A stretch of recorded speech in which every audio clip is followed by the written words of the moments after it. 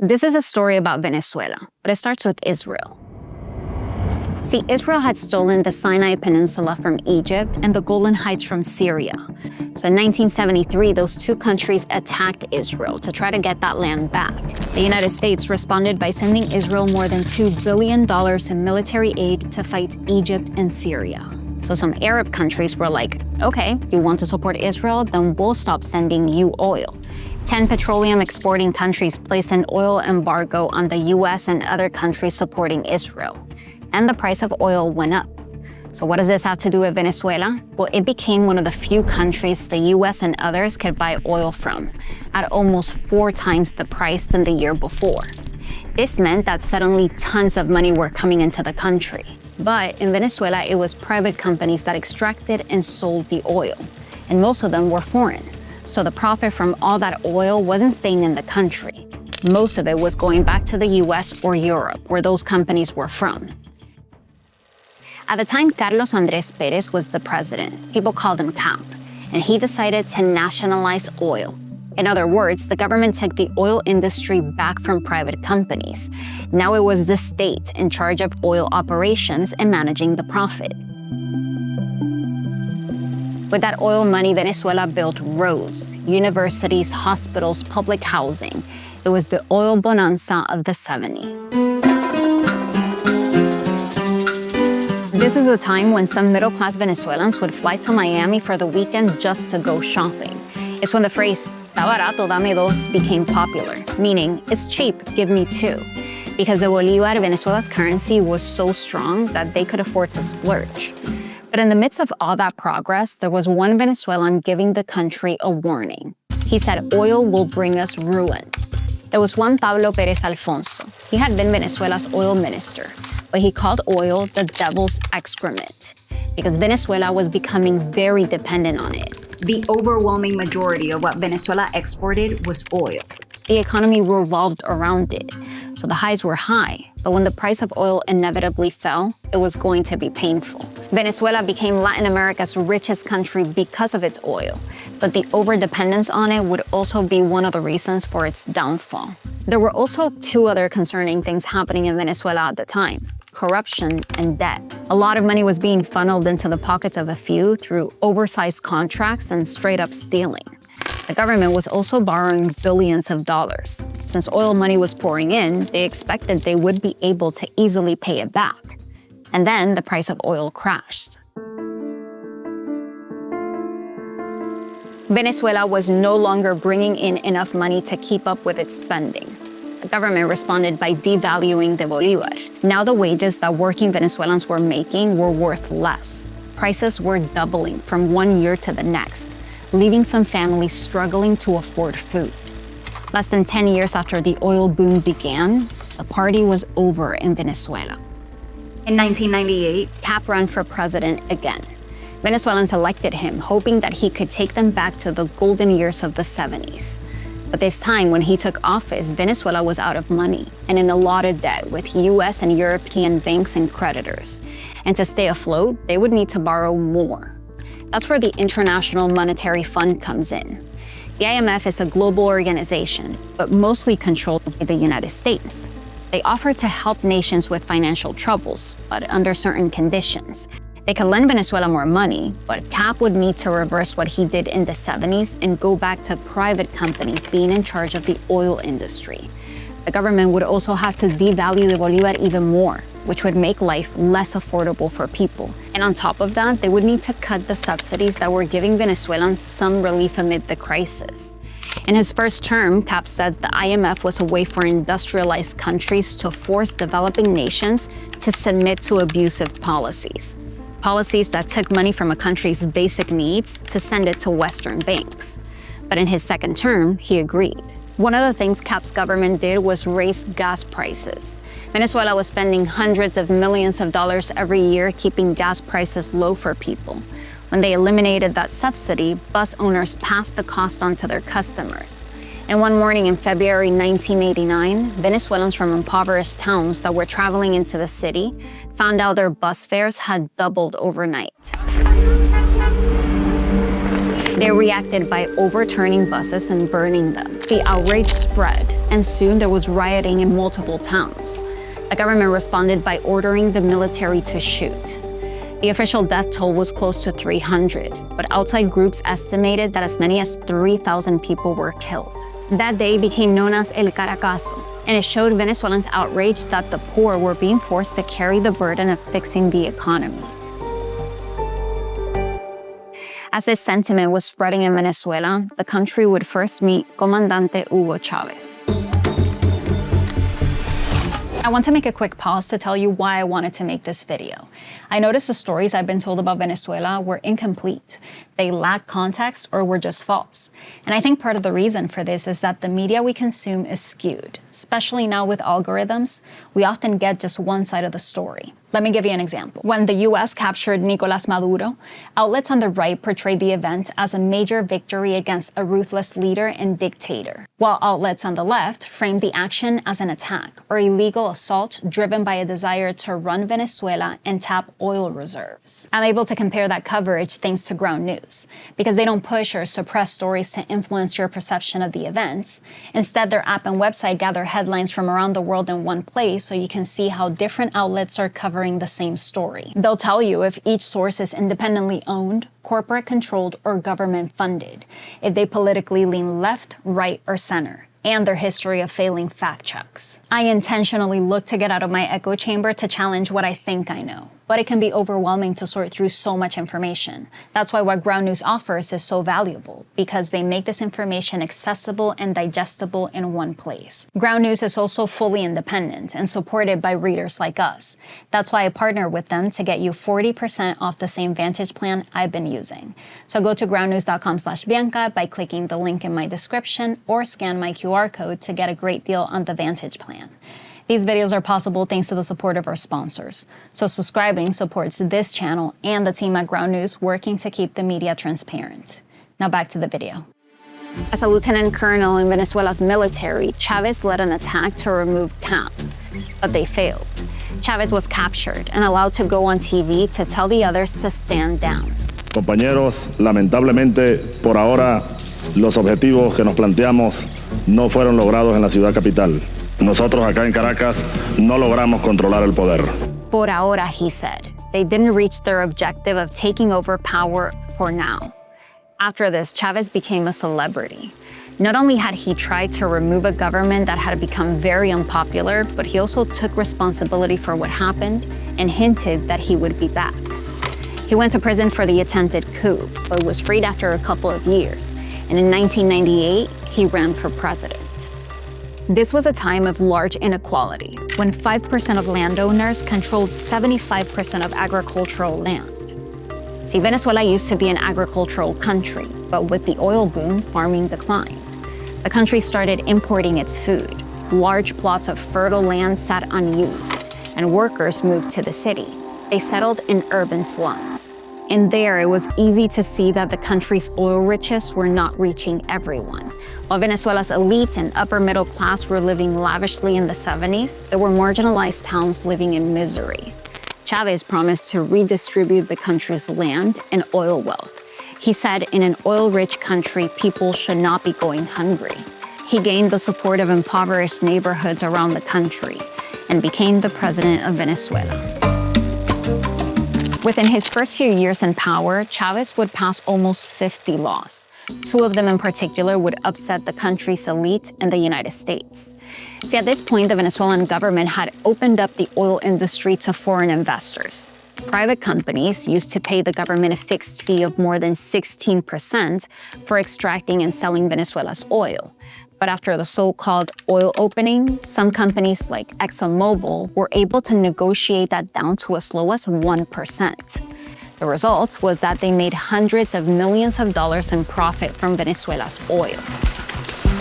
When Chavez came to power, he passed a law that raised taxes again on private oil companies, now bringing royalties up to as high as 30%. The money that these private companies used to keep before Chavez now would go to the state to fund things like healthcare, education, and housing. Chavez also passed a land law. Large estates that were sitting unused could be expropriated. The government could forcibly purchase the land and give it to small farmers or farmer collectives, because according to Chavez, the land should be used for the benefit of the country. Venezuelans and poor communities loved Chavez and were happy with his policies, while upper classes wanted him gone. The country was divided along economic class lines. Que quiere que nosotros nos vayamos de aquí y le dejemos este país a gente que no tiene preparación, a gente que no tiene valores y que no ha luchado por obtener cosas. Yo me imagino, y no quiero pensarlo, que parece que la guerra es de rico contra pobre, que los ricos como que no quisieran que nosotros surgiéramos, que nosotros no estudiáramos, y eso nos duele. Opposition business leaders, media owners, and even the Catholic Church organized people against the president. And in 2002, a crowd of Venezuelans took to the streets to protest. Chavez supporters surrounded the presidential palace to defend it. Both groups clashed, and almost 20 people were killed. The opposition accused Chavez supporters of killing peaceful protesters. They claimed the president ordered them to shoot and demanded Chavez step down. The protest appeared to suddenly become a coup. Defectors in the military removed Chavez, and business leader Pedro Carmona declared himself interim president. Over the next few days, other countries would condemn the coup and called for Chavez to be returned to power, while the U.S. seemed to welcome the new government. President Chavez has had a rule that has been controversial and has not met with widespread popular support within Venezuela or among his neighbors, and certainly in the United States with President Bush. At the time, George W. Bush was president of the U.S., and his administration was not happy with Chavez before the coup. Not only had he increased taxes on private oil companies, which affected U.S. companies doing business in Venezuela, but he had also criticized the U.S. bombing of Afghanistan on TV.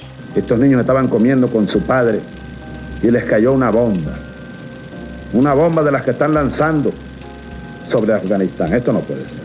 No se puede decir que fue un error. Porque es un error y van a seguir cometiendo errores. Pedimos que se piense y que se rectifique a tiempo. Clamamos por eso. Chavez had also become close with enemies of the U.S. like Cuba's Fidel Castro and Libya's Muammar Gaddafi. We have been concerned with some of the actions of Venezuelan President Chavez and his understanding of what a democratic system is all about. The U.S. had given hundreds of thousands of dollars to groups opposed to Chavez, including some that were later involved in the protests that led to the coup. The Bush administration said the funding was to support democracy in the country. But U.S. officials also admitted to meeting with the leaders of the coup in Washington months before. After the coup, the U.S. tried to frame what happened as a protest by the people that forced Chavez to resign. But declassified documents showed the U.S. knew there would be a coup before it happened. Less than a week before the protests, U.S. officials discussed that, quote, to provoke military action, the plotters may try to exploit unrest stemming from opposition demonstrations slated for later this month. In other words, they expected the protests to turn violent to have a reason to remove Chavez. But they didn't expect what would happen next. The streets of Venezuela filled again, but this time with supporters of Chavez demanding his return. The military complied and brought him back just 2 days later. ¿Saben qué? Lo único es que jamás me imaginé que regresaríamos tan rápido. But the opposition was not done trying to remove him. Executives and senior management at the state-owned oil company led a strike. Almost half of the workforce at Petróleos de Venezuela walked off the job, and production came to a halt. Without the one export that fueled Venezuela's economy, the country was paralyzed for weeks, and the government was left without the money to function properly. The opposition hoped Chavez would be forced to resign, but he responded by firing 18,000 employees and replaced them with people loyal to him. Oil workers took control of the company and ended the strike. And then, in 2004, opposition groups gathered signatures to try to remove Chavez. More than 2 million people signed in favor of a recall, but almost 6 million people voted against removing Chavez. He cleared the recall with 59% of the vote. 2 years after the U.S. claimed that Chavez didn't have widespread support, he won by a higher percentage than the first time he was elected. After the vote, and with oil prices going up, Chavez was strengthened and emboldened. He went on to carry out his political agenda. Chavez's government had set up distribution centers to sell subsidized food below market price, so poor households could afford it. They had also started Misión Robinson to teach adults who didn't know how to read and write, and Misión Barrio Adentro to bring free healthcare to poor communities in collaboration with Cuba. Venezuela sent oil to Cuba, and Cuba sent doctors to Venezuela. 13,000 clinics were set up around the country. UNICEF praised it as a model of universal primary health care. During his presidency, Chavez would even announce a national rail plan, a $3 billion transportation system that was going to connect the country. Under Chavez, poverty dropped. So did unemployment and inequality. Venezuela va a convertirse, la vamos a convertir en una potencia en toda esta parte del mundo. Venezuela had its longest oil boom during Chavez's presidency, and its main buyer was the United States, importing more than 1 million barrels of oil a day from Venezuela. All while tensions between the two countries kept rising. The U.S. invaded Iraq in 2003, and Chavez became a harsh critic of the war. He called the U.S. a terrorist state. Chavez called Bush the devil. Ayer estuvo el diablo aquí.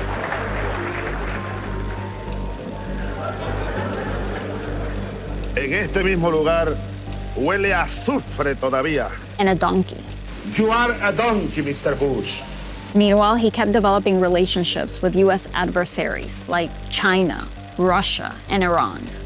He also spoke of uniting Latin America against the United States and imperialism.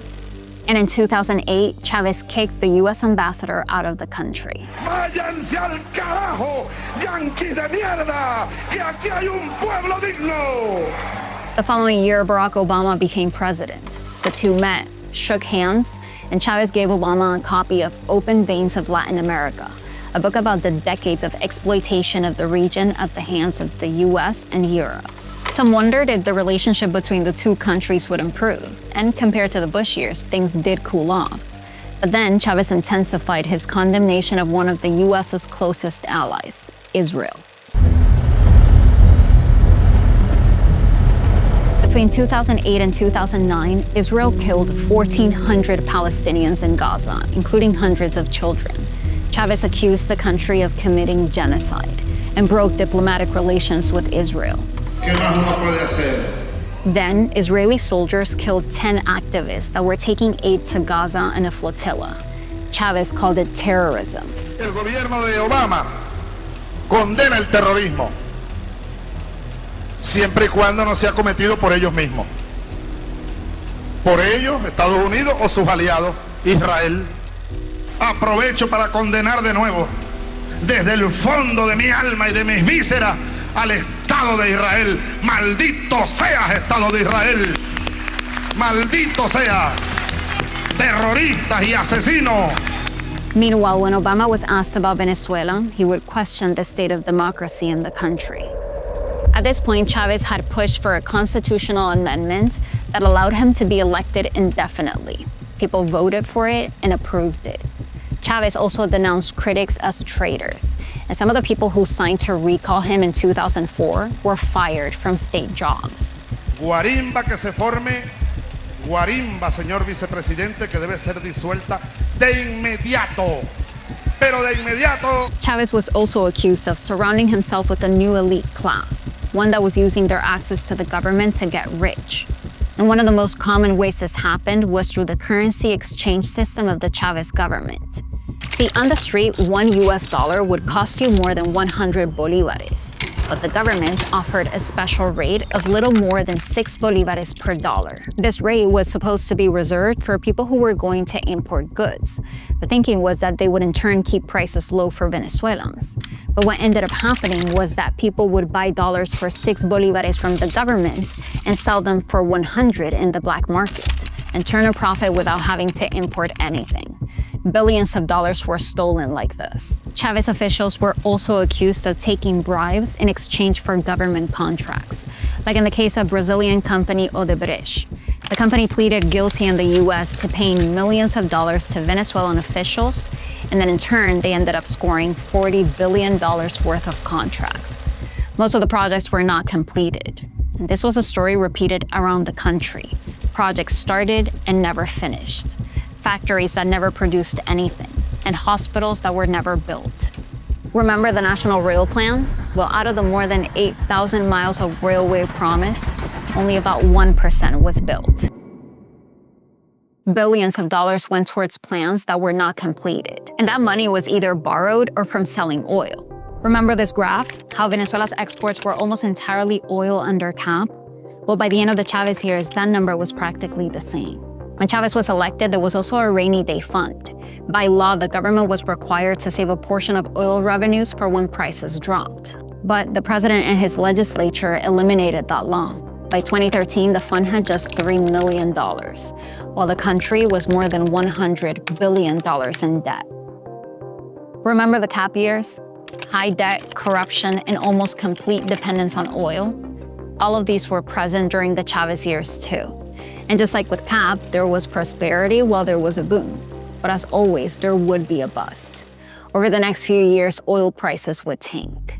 Recibimos la información más dura y trágica que podamos transmitir a nuestro pueblo. A las 4:25 de la tarde de hoy, 5 de marzo, ha fallecido el comandante presidente Hugo Chavez. Chavez died in 2013, and his successor was Nicolás Maduro. At this point, Venezuela didn't have enough money to pay its debt and continue to import essentials like food and medicine. So Maduro chose to pay the debt and cut imports by as much as 80%. The result was shortages and soaring prices. Poverty more than doubled. And the number of malnourished Venezuelans went from 1 million to 4 million. The country was in crisis. The government food distribution centers that Chavez had set up now had long lines and few items on the shelves. Most Misión Barrio Adentro clinics were abandoned, and millions of Venezuelans left the country. And then, when Venezuela was already suffering, the U.S. made it worse. In 2017, Donald Trump became president and made John Bolton his national security advisor. Bolton was part of the Bush administration and one of the loudest voices arguing the U.S. should invade Iraq, saying the country had weapons of mass destruction.